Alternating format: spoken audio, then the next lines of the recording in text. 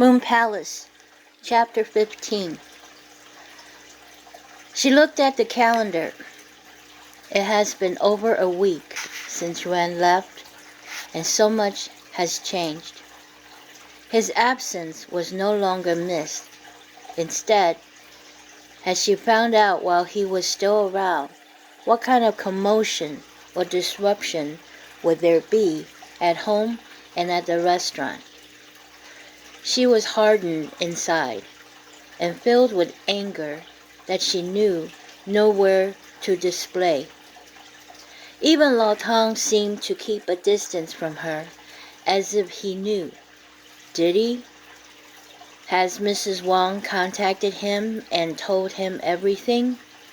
Surely when Mei Ling went to see the woman, the produce warehouse owner was well aware, based on the history of matchmaking, that basically was an act of sabotaging her marriage.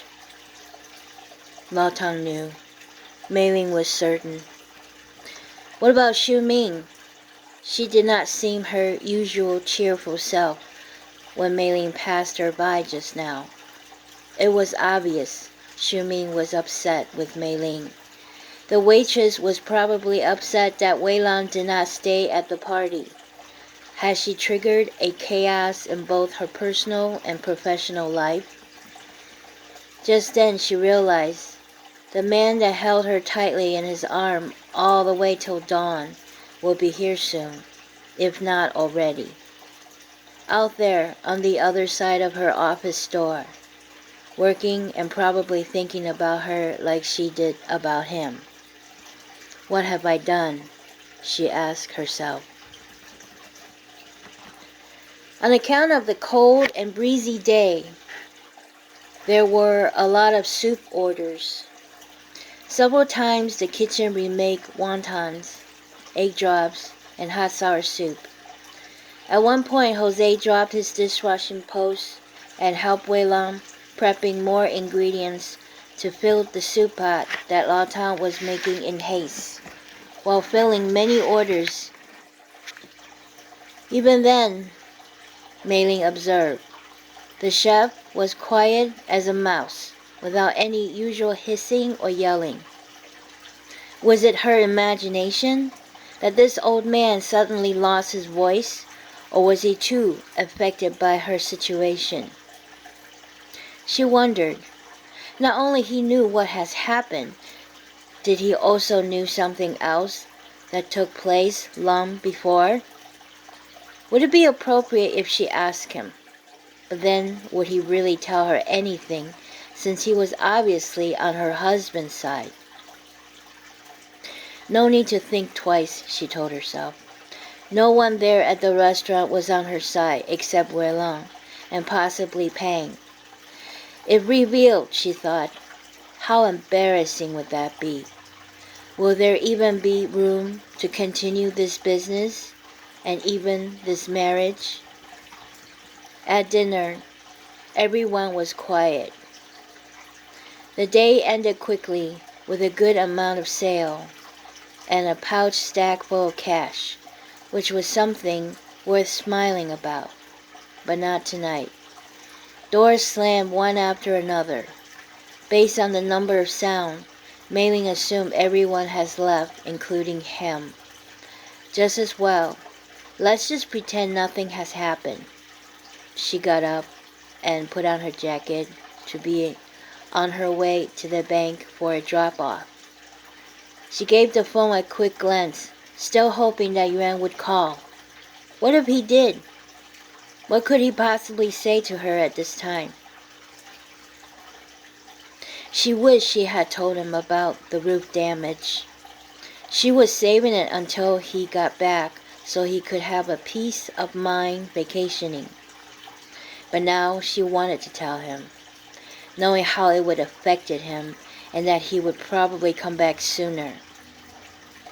Would that be what she really wanted, especially now? Moon Palace, Chapter 16.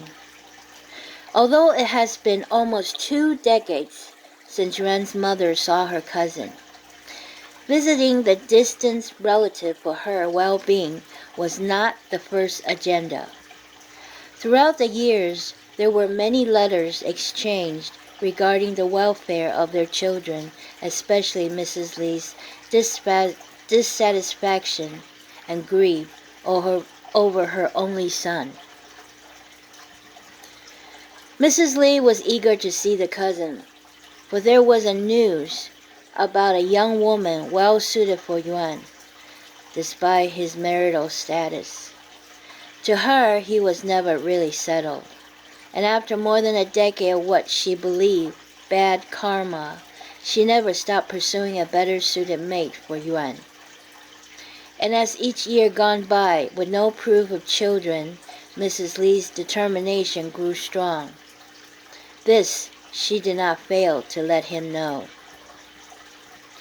Yuan knew very well of his mother's goal throughout, as if a tumor inside of him that he knew it was there but reluctant to remove. What could he do? It's his mother, whom he loved and respected dearly, and whose voice and presence were never far away from his mind, especially after the passing of his father. The burden of caretaking has been his ever since. But deep inside, he too felt the tradition and the responsibility of continuing the family's name. To say that he did not bother by his wife's inability to produce would be false. He just couldn't bring himself to insist his desire to her, knowing it would devastate her.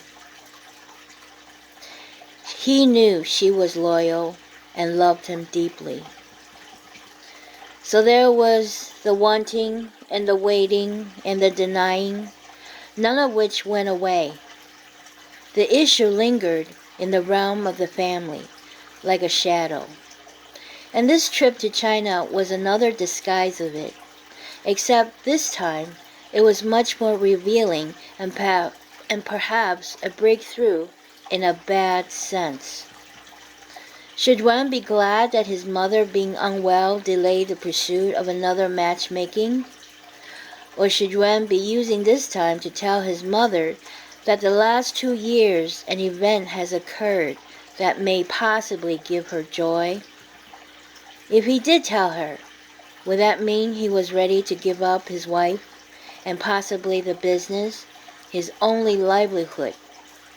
Especially at that moment when Mei Ling demanded his truth, he already was in denial, pretending nothing has happened. He thought if he could find the right moment to tell his mother, everything would be resolved, at least for her. But things seemed to be getting out of hand before he was ready to inform his mother and confess to his wife. Yuan received a call from Luotong.